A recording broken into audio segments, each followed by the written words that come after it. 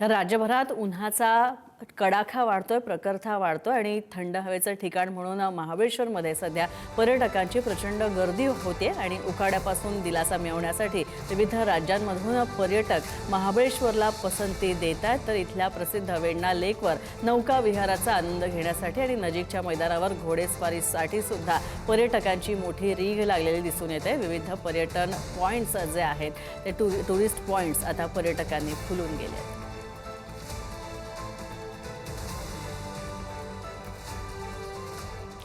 मे महिन्याच्या सुट्ट्या सुरू होताच कोकणामध्ये पर्यटकांची मोठी गर्दी उसळलेली पाहायला मिळते आणि याच पार्श्वभूमीवर सिंधुदुर्ग जिल्ह्यामध्ये सावंतवाडी जवळच्या केसरी फणसेवडी इथे सुद्धा भारतातील पहिले fish theme park KSR global aquarium पर्यटकांचं आकर्षण बिंदू ठरतंय। तर रवींद्र चव्हाण यांच्या संकल्पनेतून आणि विनोद राऊळ यांच्या मार्गदर्शनाखाली साकारलेल्या या प्रकल्पामध्ये देश विदेशातील विविध प्रजातींचे मासे, पक्षी पाहायला मिळतात। तसंच महाराष्ट्र, गोवा, कर्नाटकामधून मोठ्या संख्येनं पर्यटक इथे आवर्जून भेट देत आहेत।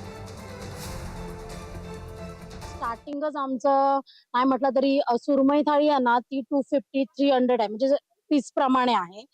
आणि चिकन थाळी 200 वगैरे, व्हेज थाळी 100-120 असं आहे।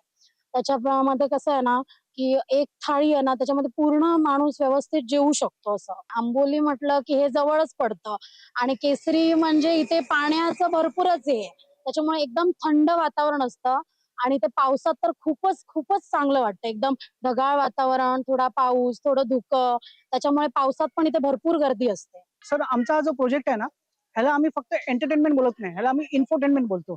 म्हणजे आमच्याकडे बरीचसे आहेत ना शाळेतली मुलं येतात, म्हणजे राईट फ्रॉम रत्नागिरीपासून कोल्हापूरपर्यंत आमच्याकडे शाळेतली मुलं येतात। मासे अंडी देतात की डायरेक्ट पिल्लं कुठले देतात मासे, आणि त्यातल्या अग्रेसिव्ह मासे कुठले, नॉन अग्रेसिव्ह मासे कुठले, मासे रात्री झोपतात का, ही सगळी इन्फॉर्मेशन आम्ही दिलेली आहे। आणि त्या प्रकारे आम्ही वेगवेगळे हॅबिटेट क्रिएट केलेले आहे। आमच्याकडे आता मासे ब्रीड व्हायला लागलेत, म्हणजे त्यांचा आम्ही जो हॅबिटेट त्यांना दिलेला आहे तो एवढा नॅचरल आहे की मासे आता आमच्याकडे ब्रीड व्हायला लागले।